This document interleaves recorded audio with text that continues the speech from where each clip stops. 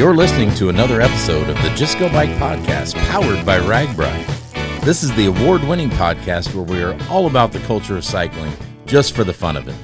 Your hosts are Murph from the Murphology podcast and AP from Parrot Talk. With tales from all over the nation, come for the bikes, stay for the fun, and leave with a smile. And now here is Murph. Hey, that's me. And AP. Hey, that's me. All right, AP, what do you remember about the year 1975? Nothing. I wasn't born yet. Okay, well, I was thinking more about bike-related history, 1975. Okay, so back in 1975, it would have been RAGBRAI III, and they would have been calling it RAGBRAI at that point. If you had a bike with 10 gears, you're basically a pro at that point. Yeah? My understanding is that most bikes were made out of steel, and they had quote unquote 10 speeds, and you'd call it a 10 speed instead of a road bike. Yes. And you all know I love steel framed bikes. Mm-hmm. Yes. Me okay. too. And also, especially when you look at photographs, bike helmets weren't even they weren't common. They didn't even sell them in bike shops at that point. So cyclists had to rely on their confidence, beautiful flowing hair, and the hope that they wouldn't crash and damage their head. Oh my gosh, I've seen some really cringy Tour de France videos where they ride and they crash with no helmets, and it's just terrible.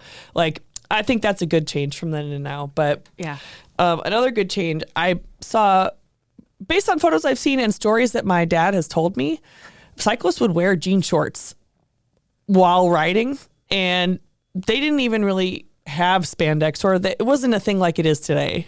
Yeah, I think original spandex was like leather on the inside, and I think maybe wool on the outside, so nothing like you see today.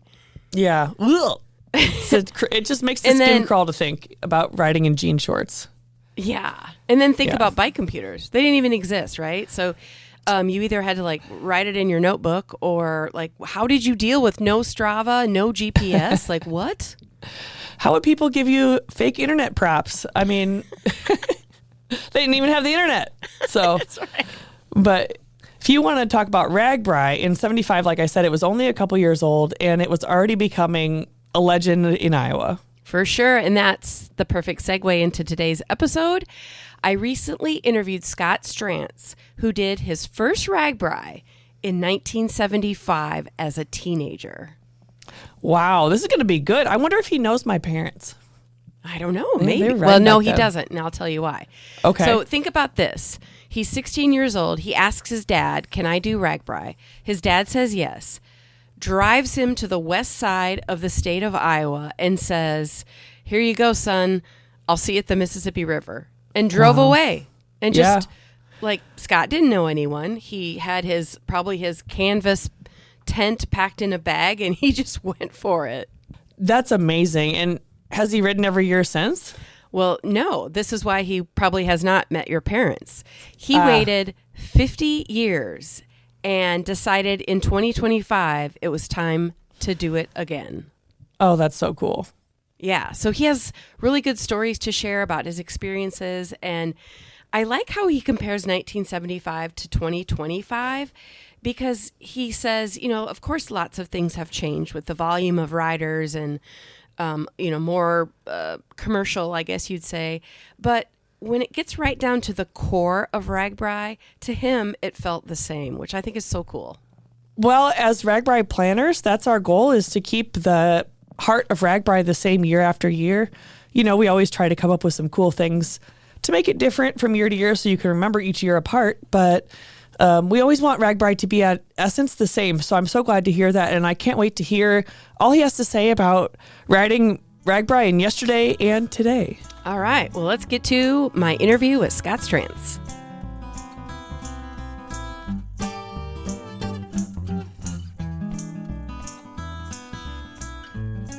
Scott Strance, welcome to the podcast. How are you doing today? Hey, I'm great. Thank you for having me. Good. I'm so glad to have you on, because I think the topic we're going to talk about, which AP and I already discussed before you and I started talking, people want to know what RAGBRAIs in the past are maybe like. And this is just going to be a great episode. So thank you for coming on. You're welcome. Yeah. Well, before we get into talking about RAGBRAI specifically, will you tell the listeners where you live and if there's a cycling culture or what the cycling is like where you live? Yes, I live in the Central Texas area, a little north of Austin, and the cycling is great here. We have a very, very vibrant cycling community, and the area in which I ride most of my trips are on low-traveled, low-impact county roads. So there's slow speeds. There's nice elevation gains. I might see 5 cars in 40 miles, and is that which is really nice. Gravel or pavement? This is pavement. Oh, okay. There's gravel roads here, but I try to stay on the pavement. Yeah. Well, that sounds very peaceful. It is. It is. It's therapeutic. Sure. So, okay, probably a little bit different. You're riding kind of out, where it's quiet, not much traffic. And now we're going to segue into RAGBRAI, where you and 20,000 of your friends are all riding the roads. We still don't see a whole lot of vehicle traffic when we're biking on RAGBRAI, but I guess first question would be, have you ever done RAGBRAI? Yes, I've done it twice now. And the first one was in 1975. Whoa. And I was, yes, I was a newly minted 16-year-old who rode his bike everywhere and worked in a bike shop. And I've always had a bicycle in my life, so I've been fortunate. And I did my second one this year as a newly minted 66-year-old. So I sat out 50 years. Wow. Oh my gosh. And I bet you every night while you're tucking yourself into bed, you thought, I should go back and do RAGBRAI, right? For 50 years straight? Yes and no, Oh, but okay. probably more no, because it really wasn't on my radar. Sure. So, okay, back when you worked in the bike shop, were you in Texas at that time or were you in Iowa? I lived in Davenport as a kid. Aha. Okay, so this makes a little more sense now. Yes. I lived in Davenport, and my dad told me about the ride. And he has the adventure gene, as I call it, and I somehow inherited that. And he told me all about it and said, hey, this sounds like fun. And I followed up. I said, can I do that? And he said, sure, let's do it. Wow. And so as a 16-year-old, I just gathered up my bike and my gear, and he drove me across the state and dropped me off, and said, have fun. I'll see you at the end. And with that, he took off back to Davenport. And, that's how I decided to do it the first time. The second time. Yeah. Oh, go ahead. Well, I just was like, okay, so Dad drops you off, and then are you literally by yourself, or did you know other riders? Oh, I was by myself. I was 16. This was fun for me. I just think, back in 1975, that probably was something, like super cool and adventurous and, oh my gosh, my parents are going to let me do this. Think now, right? A typical 16-year-old would be like, what? First of all, what's exercise? What's fitness? And why, if my phone won't work, why would I ever do this? So, kudos to you back when you were 16 to jump for this. And let's add, what parents would let their 16-year-olds go off alone exactly. with 20,000 other people for a week? Exactly, yeah. Right. Okay, so this was RAGBRAI III, maybe? 3. Okay. Yes, number 3. And I know that, I don't even remember what I had for breakfast, much less know what I did as a 16-year-old. But do you have any vague memories of how many people or how you camped or just some general memories? Oh yes.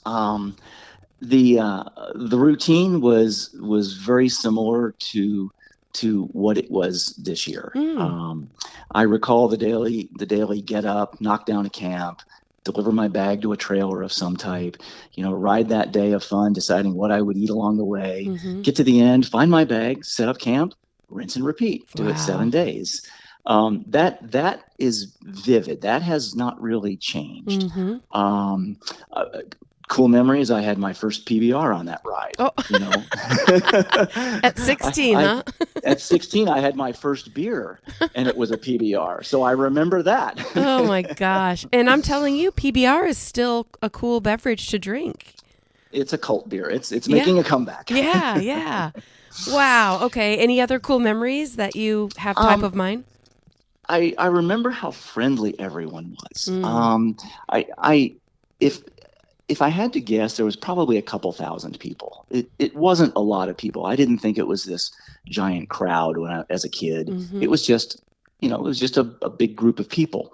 But I remember how friendly the other riders, and then all of the little towns, all of the churches and the schools and the town people.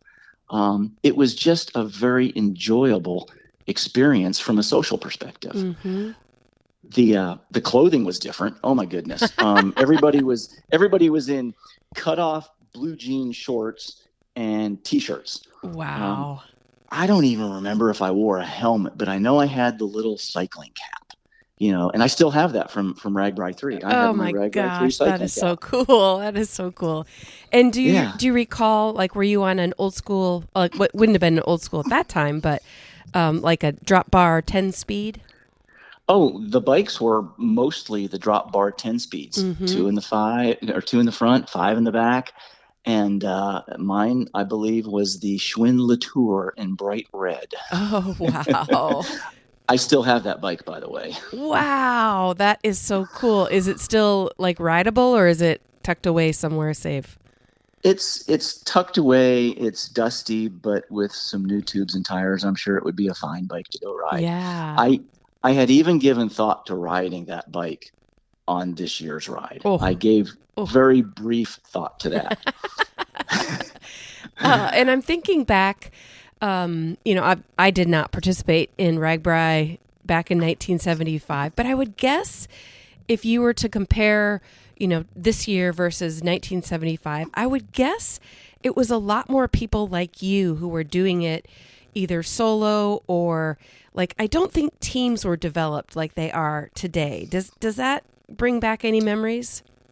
I have no recollection of teams. Everybody just seemed to be on the road together, riding as one big mob of different people. So I don't remember any team efforts of any significance. And with 3,000 people, there probably weren't many teams. Right. It was still a new event. The charters were definitely not there. It was the big semi truck, and you dropped your bag off, and you found your bag, and you set your tent and your little place to sleep for the night, and that's where it was. Yeah. Either you were camping or you weren't going. That's what I recall. There may have been a charter. I just don't remember. I know I didn't do it. I went like everybody else did, I thought. Yeah. So. Okay, so now you said you're 66 years old. It's been 50 years. Yes. What made you decide to jump back on the RAGBRAI train? I've always been a bicyclist. I've always had a bike in my life. I've been fairly active my entire life. And I knew that I was approaching the 50-year mark.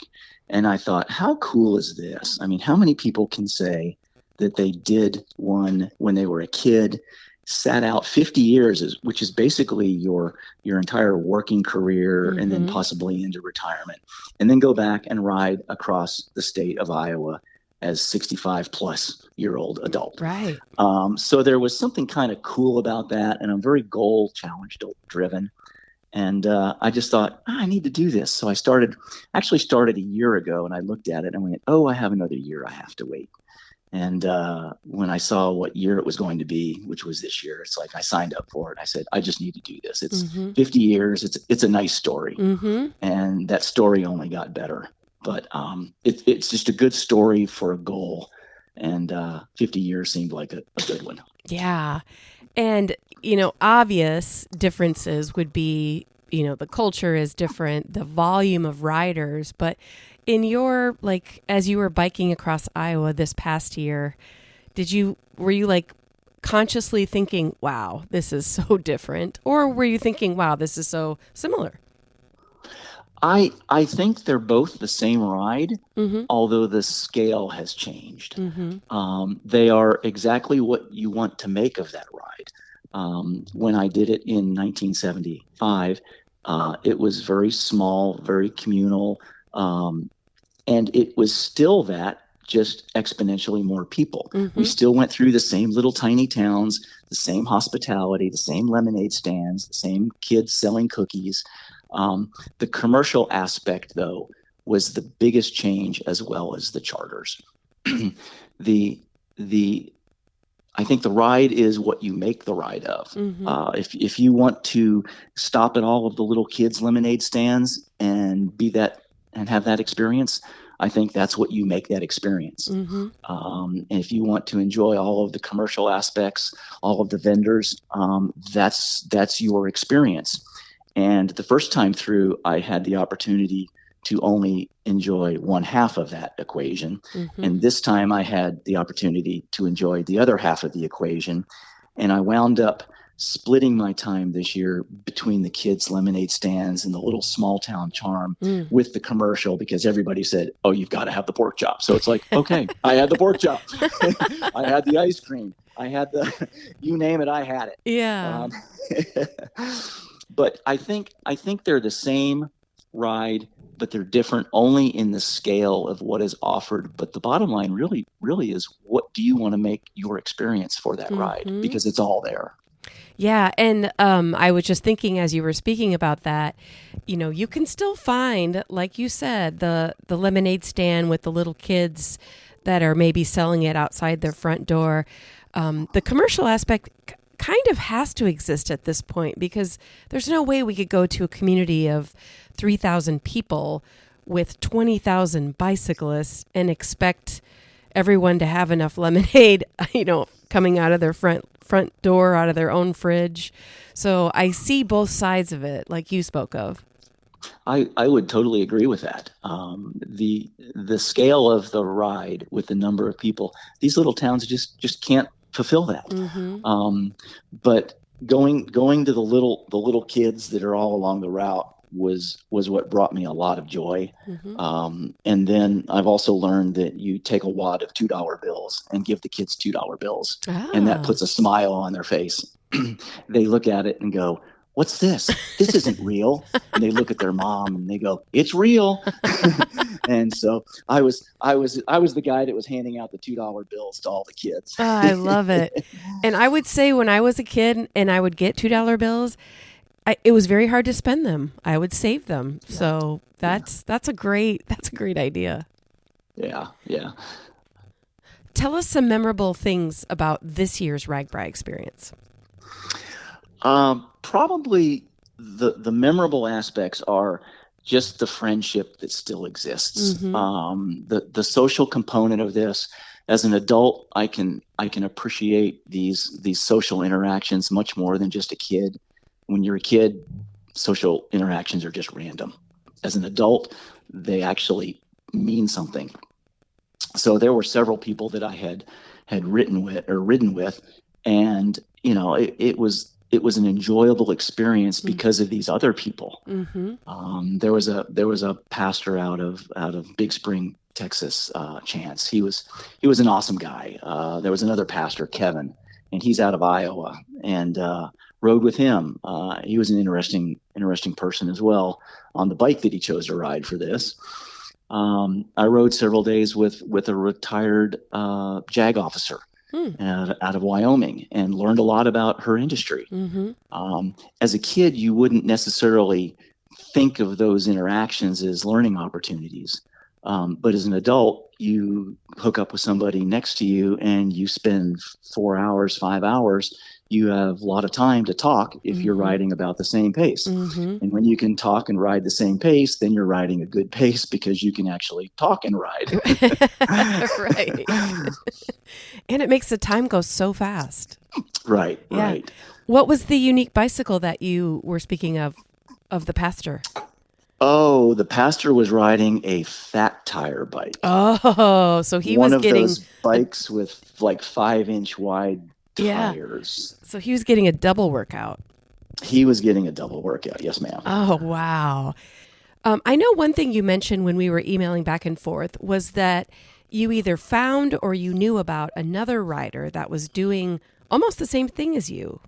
Can you tell us more about that? Sure. This is what I call one of the divine moments, if you will, during the ride.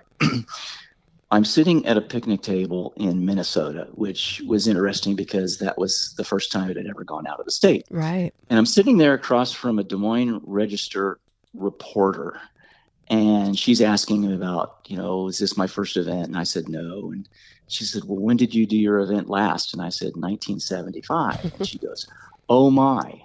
and then she started asking me questions, much like you are. And I was explaining to her why I sat out and what brought me back, and that I had my first beer as a kid, and the world was open to me at that point. And sitting across from me is a gentleman by the name of Jim Westman out of Colorado, and he started to get a little smile on his face, and he interrupted and said, that's interesting because I did my first RAGBRAI at age 15, and it was in 1975, and I too have sat out 50 years doing it this year. Incredible. Now, what are the odds of two kids, 15 and 16 years old, sitting at a picnic table in Minnesota who did that ride 50 years ago, sat out, and then did it again, and there they are having that conversation. Right. Well, and you're being interviewed by somebody, so you're not even chatting with that guy at that point. Right. Wow. Right. It's a divine moment. That's the only way to describe it. Yeah. I'm going to guess you guys are hopefully have kept in touch and you'll be friends forever now. Yes. About 6 or 8 weeks ago, he was down in the Texas area, not far from me, and I drove down and we had coffee and we chatted for about 2 or 3 hours. And I hope to make it back up to Colorado after Christmas and visit with him. Yeah. And did he have great stories as well, where you're like, wait a minute, we were both at the same church basement dinner or something like that? We were both kids, and I recall that he said he may have had his first beer on that ride. But as far as specifics, it was more just the camaraderie that we had developed at that picnic table, and what that will probably blossom into, as a friendship for the rest of our lives, based on a single event that happened 50 years ago. Yeah. That's amazing. I love the connections that are produced because of RAGBRAI. It's just amazing. It's interesting how paths cross or connections are made. And I think as adults, these are the things that are important as we age. Mm-hmm. Yeah, they make a big difference. Yeah. So you mentioned earlier that you were riding with different people that you had met, which begs the question: did you go to RAGBRAI solo, or were you with a team or a charter, or how did that work? I didn't go with any particular team. I opted to do a full-blown charter this time. I said I went from the camping as a kid to what is the best of the best? What can you do that makes this the most enjoyable experience? And I signed up with one of the larger charters and literally signed up for everything that they had. Wow. So all I had to do was literally just wake up, get dressed, ride, shower when I'm done, go eat dinner, call it a night, and rinse and repeat, which was really very similar to what I did 50 years ago, short of somebody else did the cooking, somebody else set up and broke down camp for me. And there was an entertainment component that was really quite nice as an adult. But the charter option is what I did this year, and it was really quite nice. I think there's definitely something to be said when you can add on a few amenities, like the food or the having a shower easily accessible and somebody else tearing everything down. It just Can you do it? Yes. But if you can afford or, have the means to let somebody else do it, even better. I would agree. The going solo is not difficult from what I observed. It's not any more difficult than it was when I did it as a kid. It's just you have to choose, how do I want to enjoy this experience? And I'm really glad that I was fully immersed as a kid doing it. And I'm really glad that I took the charter route as an adult this time around, because it allowed me to just focus on enjoying the ride, enjoying the entire aspect of everything that was there to be offered, without having to worry about the mundane things like the tent and my gear bag and things like that. Yeah, that sounds nice. So there's no way that you can think back to when you were 16 years old and how you felt each night, laying in your tent, being excited for the next day. But can you kind of give us a feel for what you felt like this past year? Sure. 50 years is a long time to try and remember some specific details, but I can definitely tell you this year, mentally, I was absolutely 100% committed to taking on this experience. I appreciated the ride more as an adult for sure. Everything that was happening, everything that was going on, everything that I experienced was very, very relatable. And I think it's because I had 50 years of being an adult, if you will, on top of being a kid. When you're a kid, it's like everything's right in front of you. It's kind of blinders, and you just experience the moments. I was looking at mentally. I was prepared for just an immersion of what was going on, and I really enjoyed soaking up everything that the ride had, as opposed to just being a kid and riding it day after day after day. I was really good there. Physically, the ride was very easy for me. Oh, good. I had a big mileage base going into this event. I still continue to ride. I started riding as soon as I got back home after the ride, and I've continued to ride up until yesterday. So, and I due for a ride today. But physically, the ride was quite easily. And then the other piece that I would think of is emotionally. On the last day of the ride, I was literally riding my best average mile per hour of any of the days. It was a cloudy day, a little mist. Hilly. And I knew that my dad, it was hilly, very hilly. It was very hilly.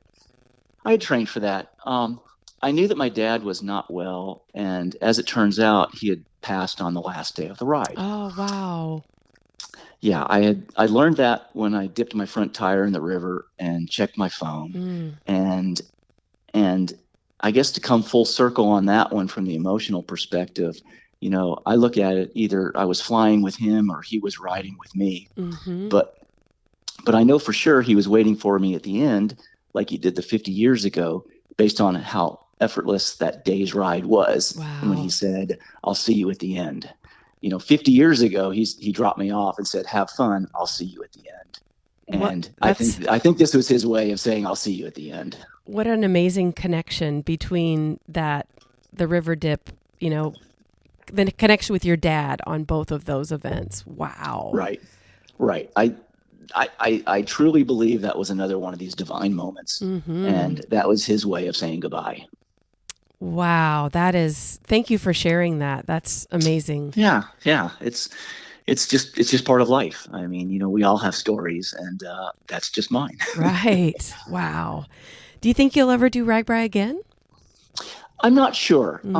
Don't say in another 50 years, because we know that you're lying if you say that. Well, Dad was 100, so there's geez. a possibility that I could go another. I could wait 75 years. I think in 25 years, I think I could do this. Okay.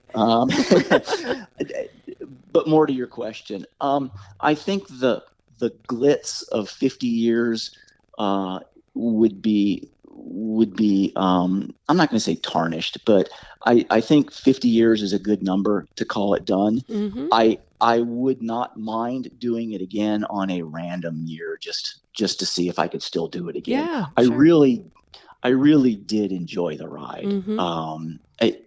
It's a lot of fun when when people ask me about it, I really say this is a fun life event, guys. You got to do this. Yeah. And that was going to be my last question to you was, what advice would you give someone who maybe thinks about RAGBRAI, hasn't really pulled the trigger yet? Oh, wow. The first thing is you just got to make the commitment. You've got to, you can talk about it all you want, but you've got to make the commitment. And that means you got to sign up. And when you sign up and you put money on the table, you're committed. The next thing is stick to a training plan. And the more training you get in, there's no question that you'll enjoy the ride more. There were stories that I heard of people, well, I passed, 200 miles training, and I'm sitting here thinking 200 miles. Okay. And I'm quite sure that the majority of those people did that ride. I don't know that it was probably as easy it was for me with considerably more miles. The big things, though, about the ride are you got to take each day as they come. You can't control the weather, stuff like that. And you just have to embrace the experience because it's a week-long experience. It may go as planned. It may not go as planned. But what makes the event fun, in my mind, is you just adapt to whatever happens because there's only one way you're getting across the state, and that's to ride your bicycle. Right. So you just have to deal with it and make it fun. Control the things you can, don't worry about the things you can't, and just enjoy the ride. That would be a great tagline. Just enjoy the ride. Just enjoy the ride. Yeah, exactly. Yeah. Just go bike, right? Right. Just go bike. There you go. Hey, you might be onto something. There you go. Yeah. And it's amazing if you think about the act of doing RAGBRAI. Once you're there, once you're at the west side of the state and all you have to do is ride your bike, there's not many other things in life that are similar, where you just have one thing to do. Usually you have 20 things or 30 things to accomplish with work, with family, where this is just like, I get up, I put on my biking outfit, and I'll see you tonight when we have dinner. Yes. It's straightforward. It's the rinse and repeat that I spoke of earlier. Right. And it's certainly not, I'm going to say this, it's certainly not difficult. It is a challenge. It is a challenge. And when you cross that entire state, you may be one of 20,000 people that year, but in the big picture, you're still a very small percentage of people that have ever done anything like that in the world. Right. I mean, this is a big event that not many people in the big picture have really accomplished. Well said. Yeah, that's so true. And even after, I've done RAGBRAI many, many times, and I still get choked up when I hit that Mississippi River and just think about the accomplishment that I've made. And I know I'm not the only one that feels that way. Right. I saw emotions run the gamut at the finish line, including my own. Right. But it was an experience 50 years in the making to do it this time. But I rejoiced in everybody else's happiness and their accomplishment because as an adult, you can appreciate that. You understand what they put in. You understand the emotions that they're going through, whatever brought those emotions up. And it just brings people together as being, hey, we're all basically the same. We're all basically the same people. Yeah. We just happen to be riding our bikes across the state of Iowa. Yeah. And calling it a vacation. Yes. And maybe a beer or two along the way. Yeah. Wait, I guess I didn't ask you. Did you have a PBR in 2025? I did not. Okay. All right. 1975 was your PBR year. It was a good year. That was my PBR year. Awesome. Well, Scott, thank you so much for sharing this.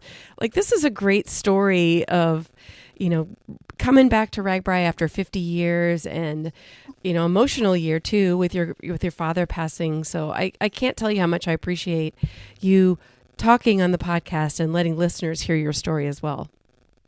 Well, I'm glad to share the story. No question about that.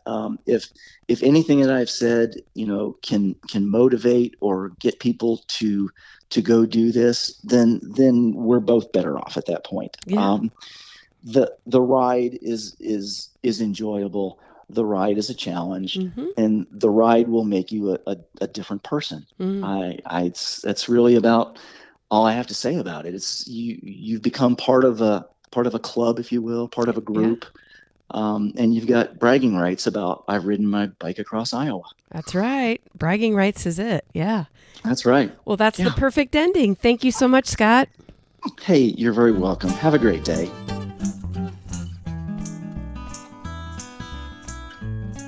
Well, listeners, that is it for today. We want to thank you for tuning in to listen to the Just Go Bike podcast. If you would like to contact Murph and AP with a comment about the podcast, or maybe even you have a topic in mind, you can reach us at justgobikepodcast@gmail.com. Please follow us on Instagram and Facebook and watch our intros on YouTube. And don't forget to rate, review, and subscribe to this podcast, especially if you're a fan. That is going to do it for this week. Until next time, Just go bike.